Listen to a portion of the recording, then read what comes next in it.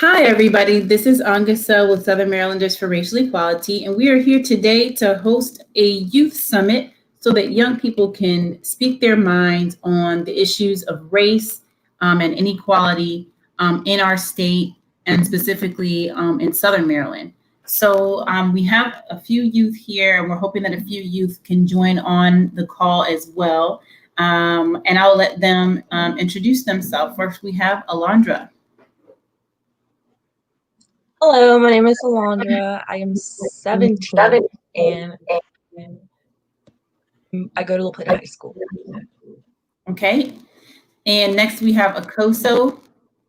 Introduce yourself. Hi, I'm Makoso. I'm 14. I'm in ninth grade and I go to Lac. Alrighty. So we'll kick it off with just a basic question about how has racism impacted your life or the lives of young people around you? So if you have or haven't experienced racism, or if you've witnessed other people experiencing racism. For me, I'm an immigrant. I came to the US when I was 9, not speaking of English. And as soon as I moved here, I thought everything was so cool, everything was so perfect because the description of the US and other countries is like a very developed society where everything's perfect, but I come to find out that not everything is perfect because the very first time racism impacted me was we were at Target and my mom didn't speak a lick of English and we were trying to pay cash register and the lady couldn't communicate with my mom. So the lady next to her whispered something to the other, like the cashier, something pretty racist that we come to find out because the lady behind us was Venezuelan. And after we checked out, the lady told us what they said, and they were like saying very racist and derogatory terms towards us. And that's like the very first time I experienced racism in this country, at least.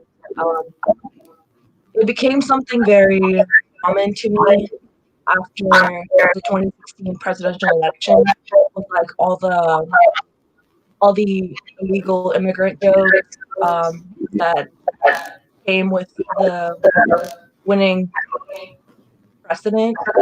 So it has affected me very negatively with all the terms that they use to describe immigrants, especially Hispanic immigrants. So yeah.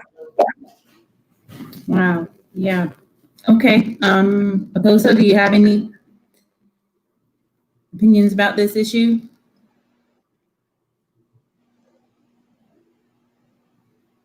Uh,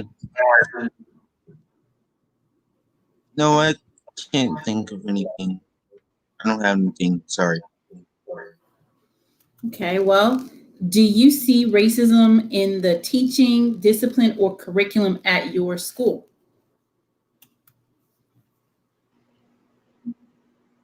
Me? I yes.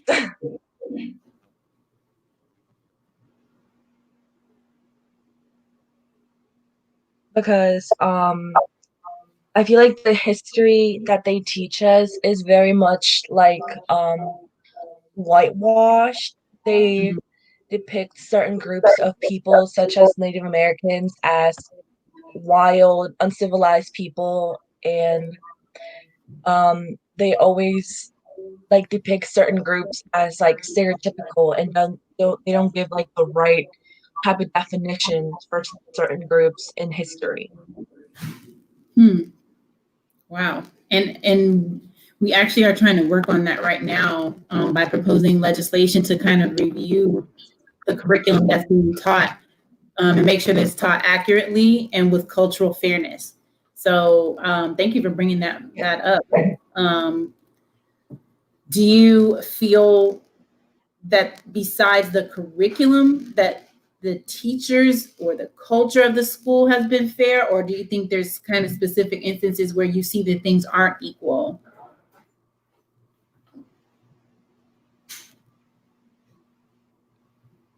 Well, I attend a very white high school. Like, it's prominently white people, and my very first year of high school, I started noticing a lot of stuff at my school. Not with like the teachers or the administration, but more of like the students. They carry around a lot of Confederate flags, which at the moment kind of really scared me because they would come in their big trucks, like flying this big Confederate flag. And I would be like, okay, I don't feel safe. But as time went on, I kind of just got used to it and didn't really pay attention to it. But I remember how scared I was when I first saw those flags at school and how much it scared me and the fear went through me when I first saw them. Mm-hmm. Mm-hmm. Okay. I can't. I went to a very diverse high school, so I didn't necessarily have the same experience, but there were microaggressions, and I'm not sure if you all are aware of like what microaggressions mean, um, where people say things that aren't overtly racist, but they are racist inherently in what they're saying, like making a comment about, "Oh, you have floofy hair. That's so neat how it bounces," and then like touching your hair without permission, or things like that, or like that was so smart for somebody of your background. Things like that that are not meant to like be overtly racist, but they are racist inherently. And yeah, I mean, I know that we don't have all our youth here, but I don't know, Matthew, if you could think back to when you were in high school, like how, like if you had any experiences like that. So I grew up in the South. I grew up in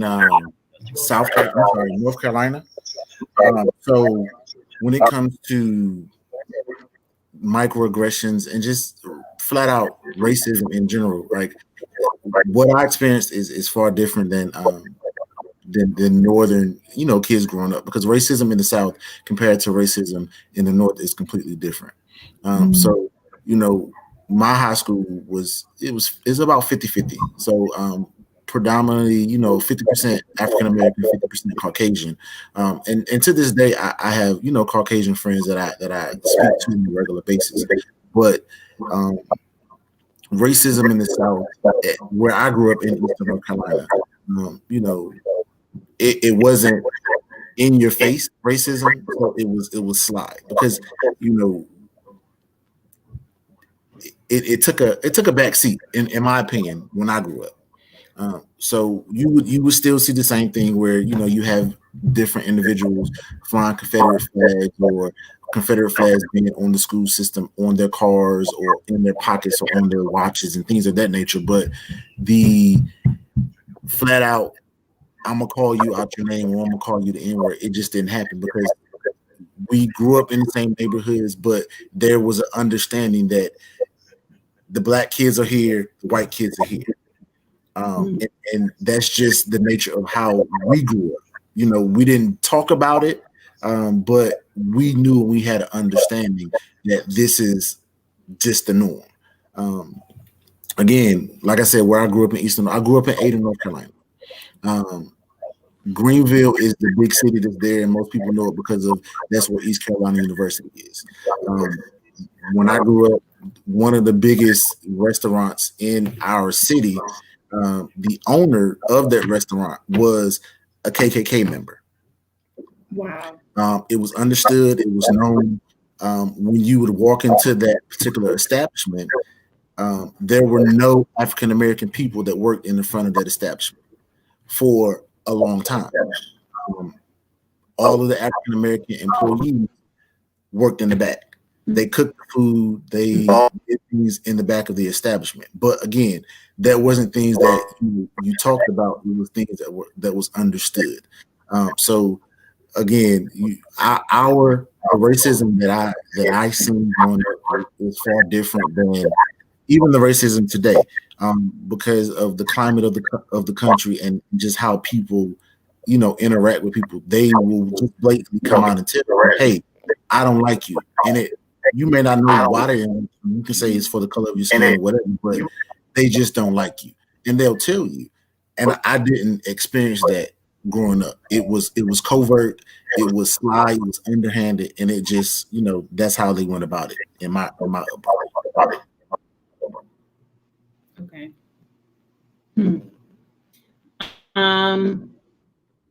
So if you could give adults, not just within the school, if you could give adult advice on how we can support young people as far as changing the narrative and wiping out racism, as far as like the racism that you all experience in your lives, what advice would you give adults right now who are able to vote, things like that? Like what advice would you give?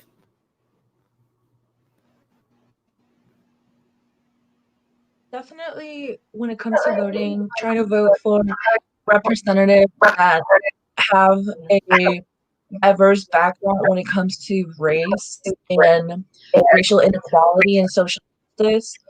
When it comes to school, maybe starting with the curriculum, like you said, you guys are working on legislation for that. That will be great because if more people are educated, if more people are educated on the subject, it will mean that they be less likely to be racist. Like if they're educated on certain topics, like racial inequality through the years in the West, they would be less likely to become a racist. They would be educated on the subject. So we could start there. Okay. So like changing the curriculum to start with. Okay. You have any other ideas, Koso?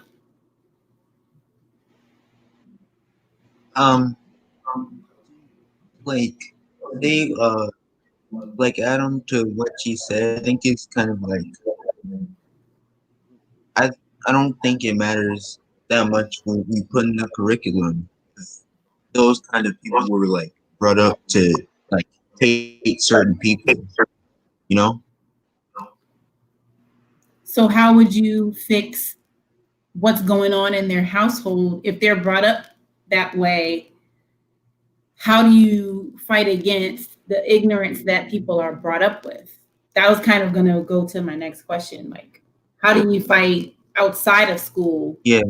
In the community itself, in the racist community, how do you fight that? That's $1 million question too, because it's hard. Yeah, it is. I don't really have an answer to that. Maybe we could like have some of them in like a group and like some questions about like why do you think this about such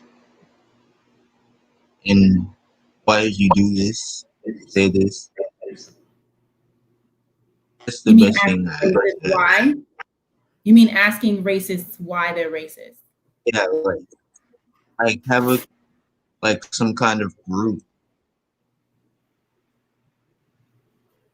Having a group. Well, the challenge is getting racist people to admit they're racist, because you wouldn't join a group unless you first admit racism, right? Like, I think there are groups for people who are racist in recovery.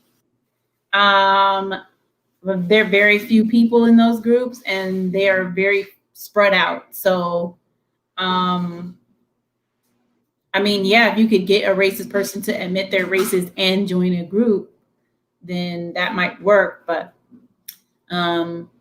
I think the curriculum is one of the only places that we could actually start through legislation. You can't legislate somebody's heart, but you definitely can open their minds with information to an extent. Okay.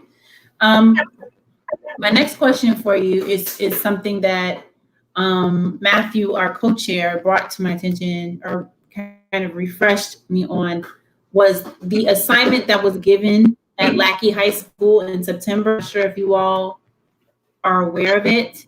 An English teacher at Lackey High School gave their students an assignment to make a list of people who had been killed by police, Black people, write their name, the date of their death, and at least that they were killed. And the assignment was called Say Their Names. So our school district said that it was inappropriate. What do you all think of that assignment that was given? And was the teacher inappropriate or not?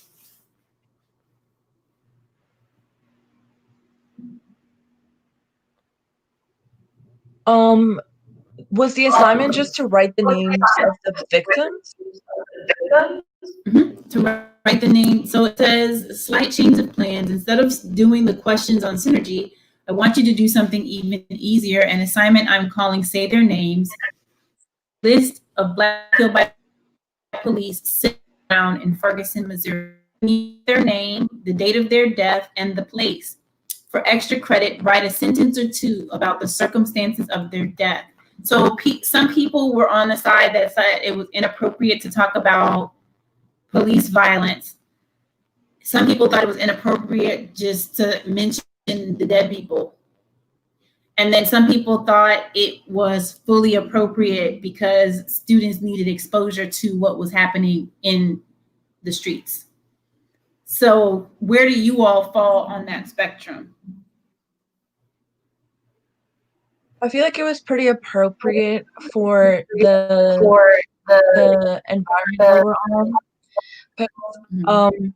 A lot of students need to understand that we are going through a very important time in history right now, which is like the Black Lives Matter movement, and some people will not be able to understand it fully and how big it is.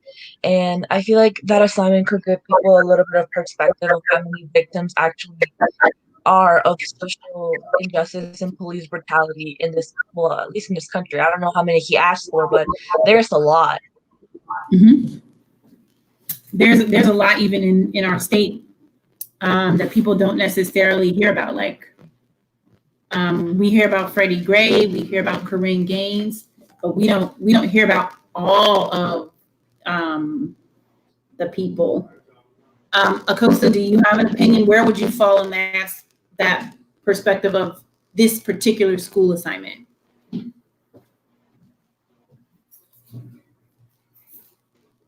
Appropriate. 80-20. Yeah, I think it's about like 89% appropriate. But I feel a little uncomfortable like talking about just like the dead and for some of the, in the case of some of the people it's like a little soon.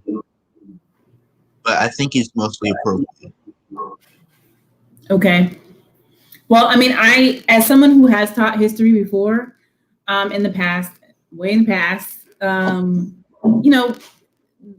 we talk about war, we talk about injustice, and a lot of people that we talk about are dead people. They were killed different ways, different circumstances. So, we read the diary of Anne Frank, different things like that. And so I think as long as it's being used to teach and inform, I fall on the perspective of that it was appropriate. Matthew, do you have additional thoughts on this assignment as a parent?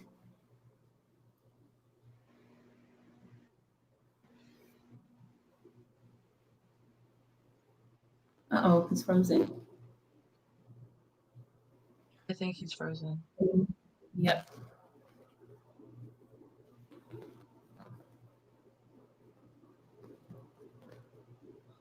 Okay, well, he'll come back. And we'll ask him what his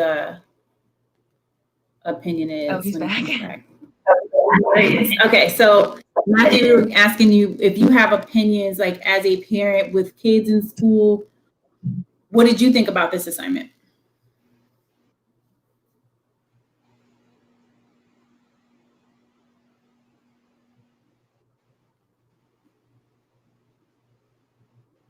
I'm having my internet's acting a little crazy, but um, I felt as though the assignment was appropriate. My stance has always been these kids, whether African American, whether Hispanic, Caucasian, they see this stuff every day. Um, I applaud the teacher for taking the stance of understanding or potentially trying to get the kids to understand and think another way.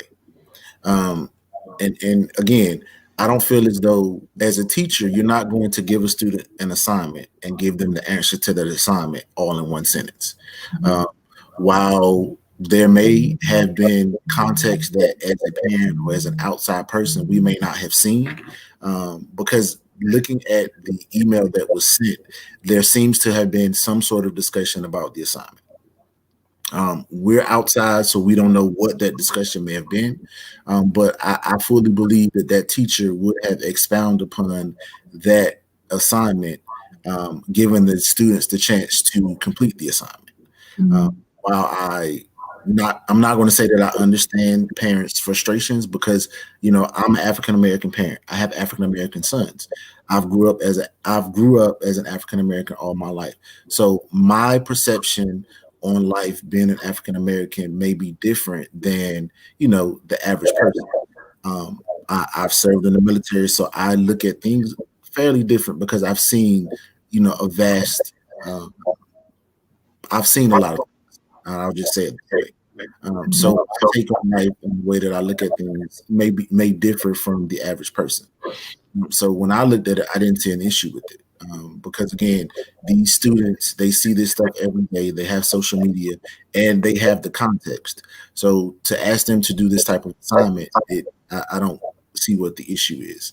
And again, some people took offense because they saw it as the teacher indoctrinating something into the students or bashing the police. That's not the case.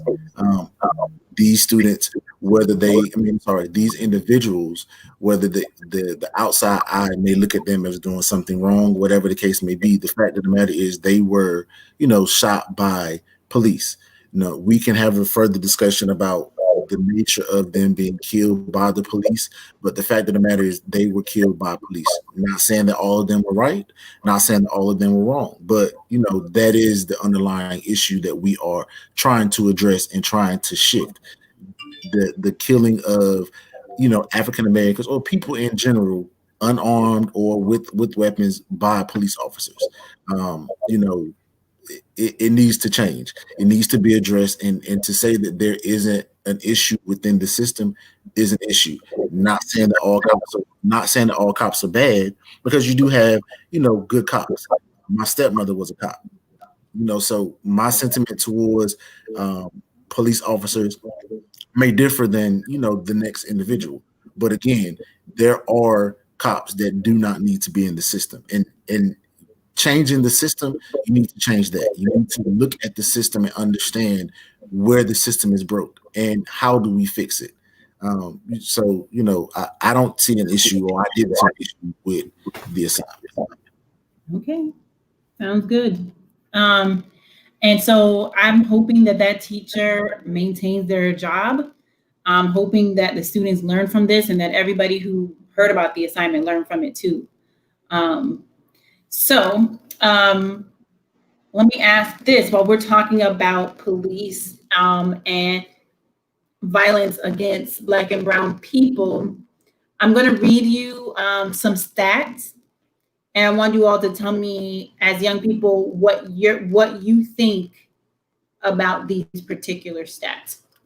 Okay, at least 109 people died in police encounters in Maryland between the year 2010 to 2014. That's just a 4-year snapshot. These deaths were dispersed throughout the state in 17 counties and Baltimore City. 69% of those who died in police encounter were Black. Blacks make up only 29% of Maryland population. Again, that's 69% of those who died were Black, but Blacks make up only 29% of Maryland population. Police officers were criminally charged in less than 2% of those 109 cases.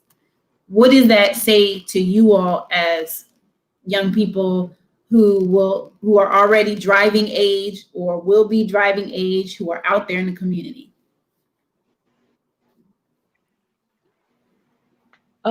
It is definitely very scary when it comes to that. Getting pulled over now is not the same. It is scary if you are a person of color getting pulled over. And it shows how broken the system is. That only 2% of those police officers were charged when it could have, like, every police officer should be charged for killing another human being. They should have a trial and be charged for killing that person. Yeah.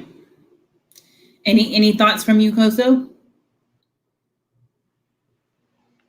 Yeah, it's basically what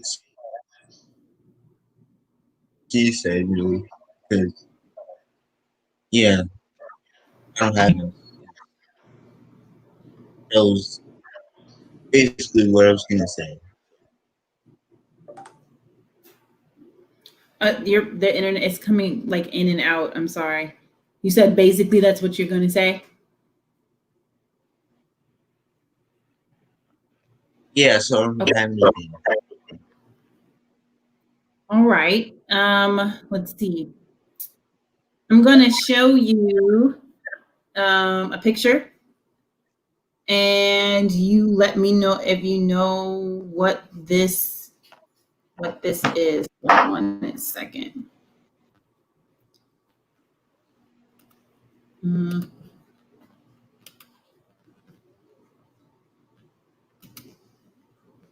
One second.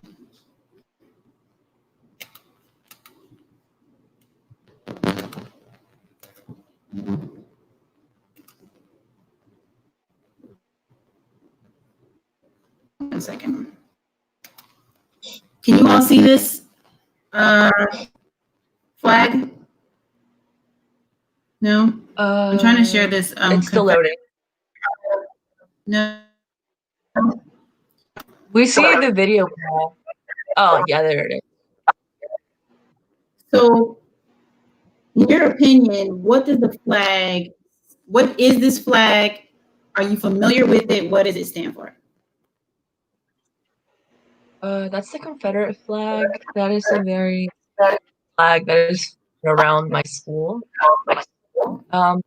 It represents a lot of hate and racism, especially towards people that are not white. It's a symbol of white supremacy, and it is usually the reason why people fly is for Southern pride, but we all know what their Southern pride actually means. It was flown during there was a Confederate flag, but it wasn't this one. It was a different one that was used during the Civil War. But this one was adapted to show signs of racism towards people that are not white. Mm-hmm. Yeah. Okay. Well, this flag, the Confederate flag, is shown at the Charles County State Fair or the Charles County Fair. And I didn't know, but there are several groups who are, before this year, several groups who are trying to ask the fair, petition the fair to remove the flag from being shown anywhere in the fair.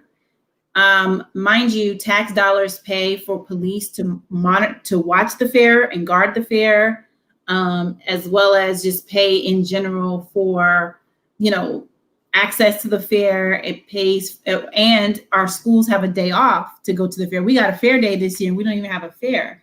So, are you in support of a ban on Confederate flags at the fair, or do the people who bring the flag and fly the flag at the fair have a right to show it? What are your thoughts? Koso?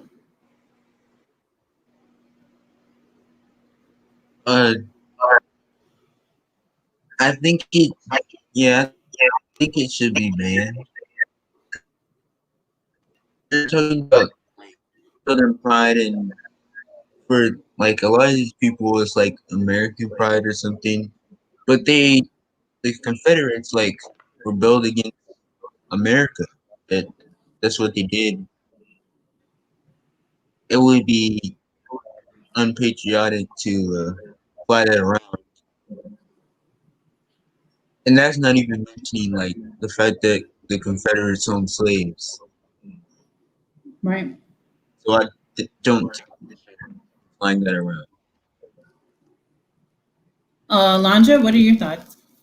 Yay or nay on the flag at the fair? I'm like in between because it is a First Amendment right for them to fly that flag, but at the same time, it does represent a lot of hate, and it could make potentially a lot of people uncomfortable and not safe at the fair. So I'm more leaning towards not flying the flag because Mhm. it does symbolize a lot of hate towards a certain group of people, and it could look like an aggression towards that group of people, like being flown anywhere, but especially the fair, even though um, they are within the rights of doing it, it is very very hateful in a way. It could be like an aggression, pretty much. Mhm. And it's Yeah. a family event, so I don't understand why they would have to bring a hateful flag to a family event for just the fun of it. Okay.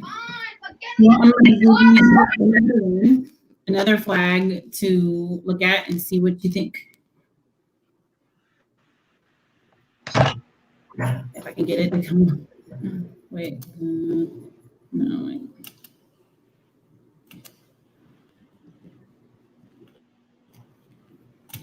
Can you see it? It's still Can you- loading. Okay. Can you see? Uh, It's I yellow. can see your screen. I just don't see a flag. Uh-oh. Well, it's let me see. It's not coming up. No? Can you see it? It's yellow. Mm-mm. Oh, okay. I guess not working. This one. Yeah, it has. It's showing the share portion. I guess you're trying to share it, or you were trying to share it with someone. Oh no, that's something else. That's I don't know why it's showing that.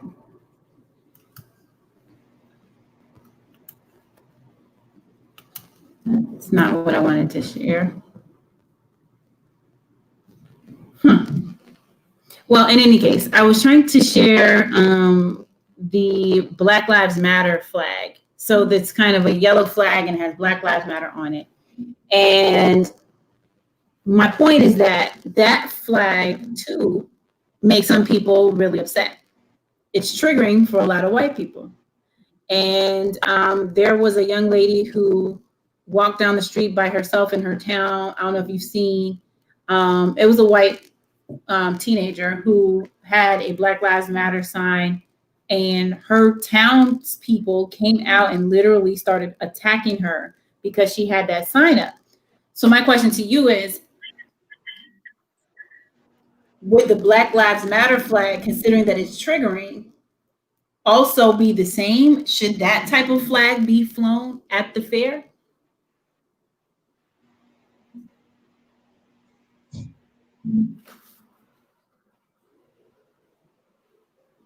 I feel like it would be okay for that type of flag to be flown at the fair because it doesn't represent hate. It represents unity. It represents the oppressed trying to free themselves from it. We're trying to be heard. And it is not suppressing another group of people. It is not sending hate towards another group of people. It's not giving them a microaggression or an aggression in general. Only people that will be uneducated on the subject would be the ones that are being like thinking that it's like that makes them uncomfortable. Okay. I mean, I'm agreeing with you because I think people misunderstand, some white people and some black people included, misunderstand the symbolism of Black Lives Matter as if it meant that it doesn't say only Black Lives Matter, right? It's just saying in the scheme of this nation, Black lives have not mattered, brown lives have not mattered. And it seems that only white lives have been important, protected, conserved. And so I see your point. I'm just saying, like, some people are triggered by that flag the way that the Confederate flag might trigger us. But yep, I can kind of I see your point on that. Let's see. Question. Where do you, okay, are young people more or less racist than their parents' generation? Like your age group, teenagers, are you more or less racist? Less, because I go like John, like war stuff is like, I mean, like black stuff is politically correct. You can't get away with as much saying as much stuff as you could 20, much less 50 years ago. And so I mean, like 1 out of 10 of that, like 10% of that or something.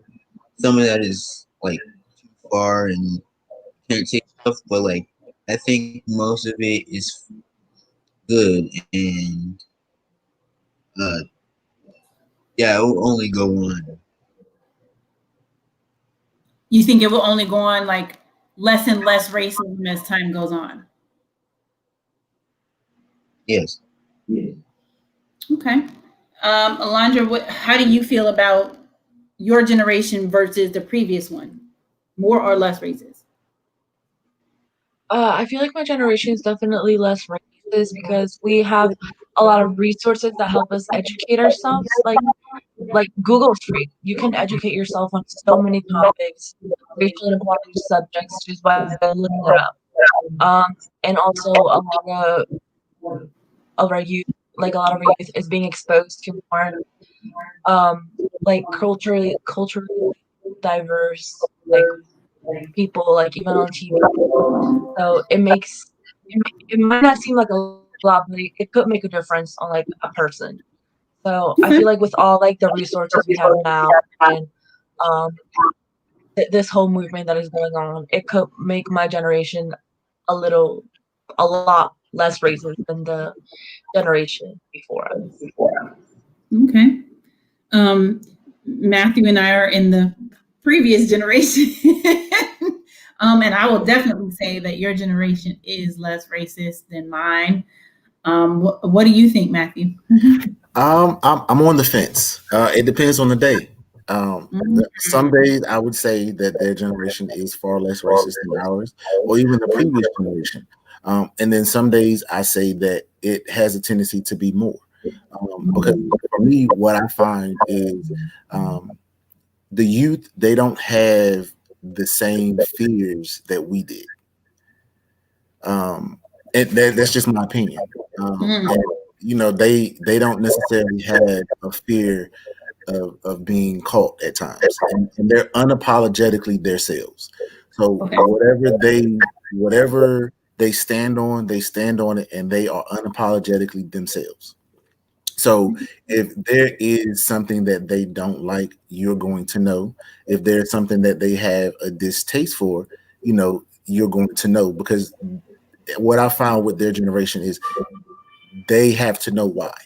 So there's a lot of questions. There's a lot of seeking to understand, and just, hey, if this is in me, it's in me. My parents are this way, I'm going to be this way. You have some that split the fence. They go against the grain, and just because my parents are that way, I'm not going to be that way. And then you have the ones that put on the face in front of their parents, and when they're away from their parents, it's something totally different. But they will go along because they don't want to feel like they're not being a part of their family. So it just depends. For me, it just depends on the day. Oh, that's an interesting perspective, because I think a lot of that is absolutely factual. Like, I think young people are choosing and they're not afraid to choose. Like back in our day, I think everybody kind of swept how they really, really feel under the rug. But nowadays, if they are a card carrying racist, they are on TikTok doing video against George Floyd. They don't care.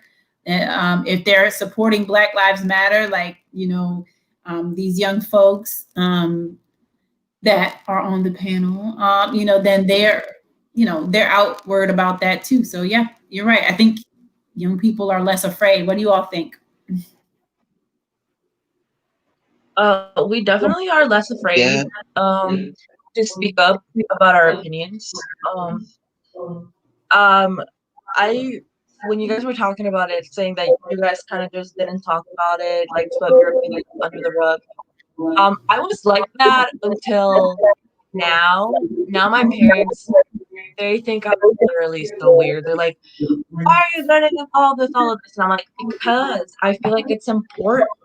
And I always get into arguments with them about why I'm always being so long. And they're like, "But why?" I'm like, because I want to, because it educates me, because I think it's important. And I do get into a lot of arguments with them when it comes to Black Lives Matter, because it's just different to them. It's not something they thought of their daughter doing at such a young age. Like, they expected me to just like go to school and come back, but it was just something very shocking to them that I became so vocal about issues. But a lot of that, my members, they're very conservative. No, go ahead, finish. I heard something. Especially a lot of my conservative family members on Facebook, the amount of arguments that I have gotten on, like, I've gotten so many arguments with like my uncles and aunts about the Black Lives Matter movement, and I don't think they expected me to be so vocal about it. It's shocking for them, not for me. So a question for you: because it's generational? Do you think, and I'll give you my opinion once you answer, do you think that it is because they don't want you to do it, or out of concern? Sorry, I couldn't hear you. It kept cutting off. Can you hear me now? Yeah. Okay, I said I have a question for you. I'll give you my opinion once you answer. I said my question for you is, as it relates to your parents, do you think it is because I can't remember how I phrased the question to you, but do you think it's out of concern, or just because they don't want you to do it? It's out of concern for me, because they're like, how are you so involved? Like, I'm like attending protests, and it concerns them as like parents. They're like, what if something happens to her? What if the protest gets violent? What if like people start to threaten her? It's more like parently concerned. They're more concerned for my safety overall. Yeah, and that's my opinion as well, as a parent, and just from the generational aspect. I'm an 80s kid, and I grew up in the 90s. My mom is a 70s kid, and she grew up in the 80s. And talking to my mom about things, you sense the concern, whether it's shown outwardly, you sense it in the nature of the speech, in how. So yeah, it is a lot of concern because our parents, they didn't deal with racism the same way that we deal with it. While they knew it existed, it wasn't something that they hit and went at head first. If it confronted them or was at their doorstep, they dealt with it, but they didn't go out and try to change the system. Because again, times were different. Yeah. Even let me tell you, that's never going away. I'm almost 40 years old. My mom is still like, well, be careful what you say on the Facebooks. She's like, somebody's on the internet. So it just depends. I mean, your parents will always see you as the person they need to protect. So, and too, like my mom went to Black Panther meetings like in the 70s, and I'm like, but you worry about me now? Come on. So it's just I can relate to your parents, but I also know that young people carry these movements. It's Charles County Youth for Change, it's Teens for Justice, it's the NAACP, it's all these youth groups that are going to actually enact all the things and make these things happen. Most movement, civil rights movement, they were locking up kids as young as 10 years old. They had the hoses and the dogs sicked on them as well. So it is in your hands, and you're not just doing it just to do it. You're doing it because you're fighting for your own livelihood. You're fighting for future generations of your family as well. And I'm the daughter of immigrants as well, or my dad is an immigrant as well. So like I totally relate. And my dad is very conservative. But I think because of the social and political climate, I think he's like, I guess you got to do what you got to do. And he's just kind of like at that point. So eventually they're going to see that you stuck with it and that you're helping to make change that's going to benefit everybody, including your parents, including your aunts and uncles. It's going to benefit all of us. The health of the least of us is the health of the general society. So whatever is happening with the person at the bottom of the totem pole, we all should be concerned with what's happening because that affects all of us. So once the ones of us who are being oppressed rise, that helps the society as a whole. And I think a lot of people don't realize that. By trying to hold down a group of people, you hold down yourself. By trying to hold us back, you hold back yourself. So yeah, okay, let me see. Do I have more questions? Oh, and that was kind of my final question for the two youth. And Matthew, jump in if you want. Where do you see race relations in Charles County in 5 years? We'll have a different president.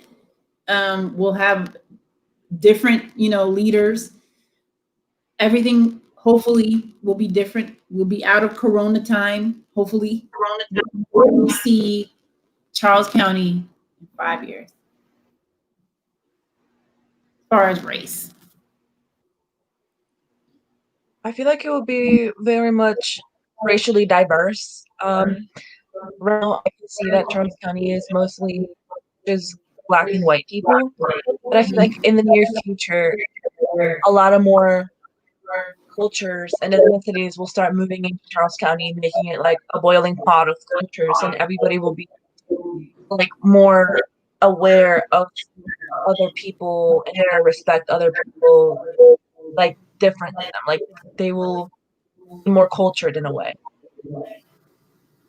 Okay. Yeah, I do notice that we are mostly a Black and white county, but we are having more Latinx folks move in. We're having more Asian folks move in. And we do have a lot of Native people who live in Charles County. A lot of shout out to the Piscataway tribe that is Native to this area. So they're here. They've been here before we got here. So yeah, I'm hoping that what you say, Alondra, will come true, that we will become an even more diverse county. What about you, Akoso? 5 years. Yeah, I see like it's like a little more diverse because Charles County is already like I think pretty diverse. So it's not really. I mean, that would really be saying a lot. So I think it will be more diverse and less racist and more tolerant. I mean, tolerant. That's where I see Charles County. Okay. Matthew, did you have any closing words you'd like to leave us with? Yeah, I guess to answer your question, I do see Charles County within the next 5 years or so, and it may even be sooner, being a lot more understanding. And I think a lot of that hinges on the youth within the community, and their voices and the movements that they are starting. As you see, the poster that's above my head, which is the Huey Newton quote that says, "The revolution is in the hands of the young. The young always inherit the revolution." And that's it speaks for itself. The work that the youth are doing and what they're pushing forward. All of the youth groups within the county, they all have a common goal, and I think we will see that coming to fruition sooner rather than later. Okay, that sounds good. So thank you for joining. Thank you for watching. Thank you to Alondra and Nkoso for giving us their words.